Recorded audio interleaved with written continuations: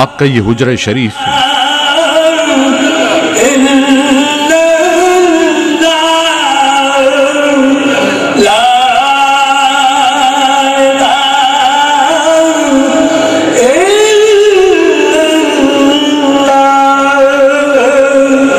جس میں کوفی رسم الخط میں لکھے گئے شجرہ شریف میں نبی کریم صلی اللہ علیہ وسلم سے لے کر اب تک سلسلہ طریقت کی ہستیوں سے درجہ بدرجہ ہوتے ہوئے آپ تک یہ سلسلہ پہنچا۔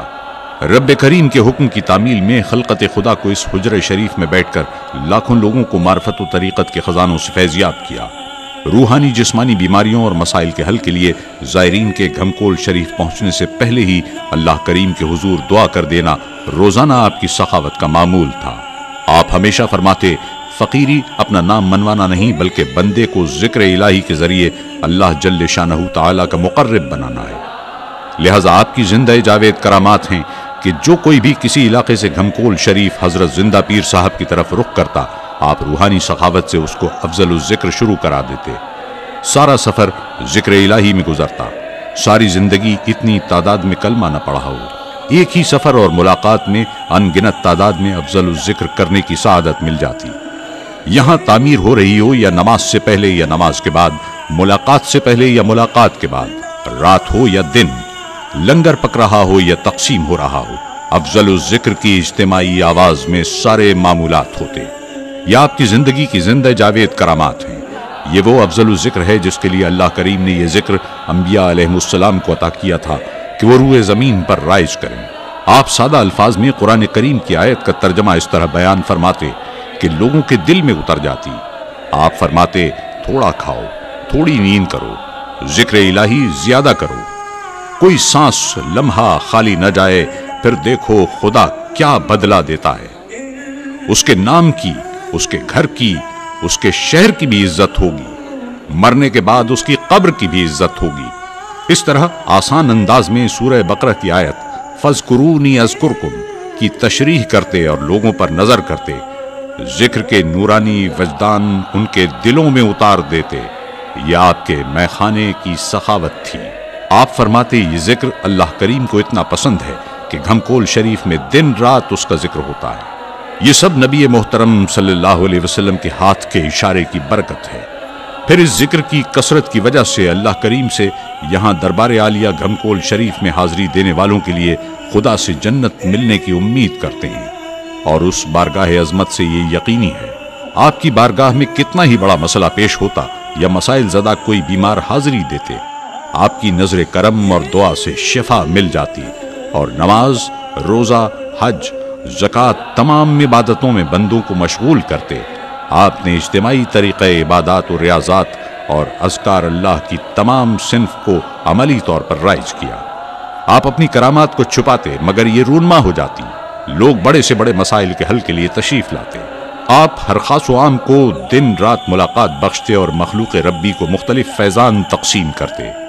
ساری زندگی گزار دی، آج بھی آپ کے معمولات کی پیروی میں زینت دربار عالیہ گھمکول شریف، آپ کے شہزادے پیر سید منور بادشاہ صاحب کے صاحبزادے با کمال سخی و حسن و جمال ولایت پیر سید حبیب اللہ شاہ صاحب ہر خاص و عام مخلوق رب سے شب و روز ملاقاتوں کا شرف بخشتے، روحانی جسمانی بیماریوں اور مسائل زندگی کے لیے دعائیں کرتے رہتے ہیں۔ شریعت و طریقت اور معرفت الہی سے منسلک کرنے کے لیے خواہش مندوں کو طریقہ نقش بند کی بیعت سے سرفراز کرنے کا معمول آج بھی جاری و ساری ہے۔ آپ کی ملاقات کے خواہش مند لوگوں کا ہجوم ذکر الہی کرتا ہوا آپ کے حجرے کے باہر منتظر رہتا ہے۔